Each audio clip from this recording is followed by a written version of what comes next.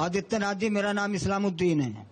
पहले आप ये बताइए कि एक शायर ने लिखा है कि मिटा दे अपनी हस्ती को अगर मर्तबा चाहे, मिटा दे अपनी हस्ती को अगर मर्तबा चाहे, कि दाना खाक में मिलकर गुलो गुलजार होता है और जब निकल जाती है बू तो गुल बेकार होता है।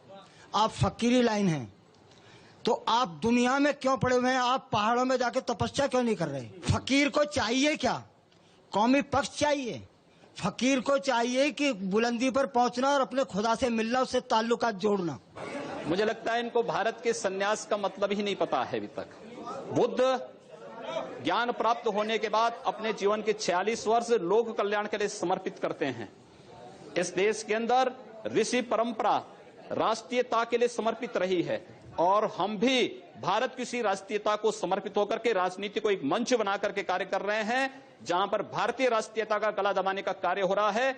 उन गला दबाने वालों को दरकिनार करने के लिए उस मंच के रूप में हम लोगों ने इस राजनीति को स्वीकार। हमारा अगर विकास का एजेंडा है तो देश के विकास के लिए होना चाहिए, समाज के विकास के लिए होना चाहिए, न कि परिवार की जनसंख्या बढ़ाने में हमारे अपने विकास के एजेंडे को लागू करना चाहिए। इसलिए आवश्यक है कि विकास का एजेंडा देश के विकास के लिए लागू होना चाहिए। अपनी ताकत हम देश के विकास में लगाएं, न कि परिवार में संख्या बढ़। कौम जानते हो क्या? कौम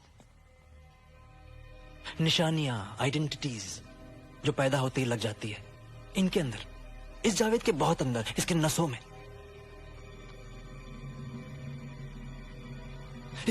इसके खून में इसकी कौम सनी हुई है। इसकी वफादारी सिर्फ इसके खून के प्रति है और बदकिस्मती से इनके कौम में सिर्फ जहर भरा है, जहर। इनका हिसाब चुकाते चुकाते हम खाक हो जाएंगे। हजारों राठौड़ मारे जाएंगे लेकिन कुछ नहीं होगा। ये मेरे, तुम्हारे या किसी टॉक शो की बात नहीं है मेजर, पूरी कायनात की बात है। इसलिए जो सर तुमने मिट्टी में दसा रखा है ना, शुतुरमुर्ग की तरह, उसे बाहर निकालो और देखो। विवेक का इस्तेमाल करो, समझ जाओगे।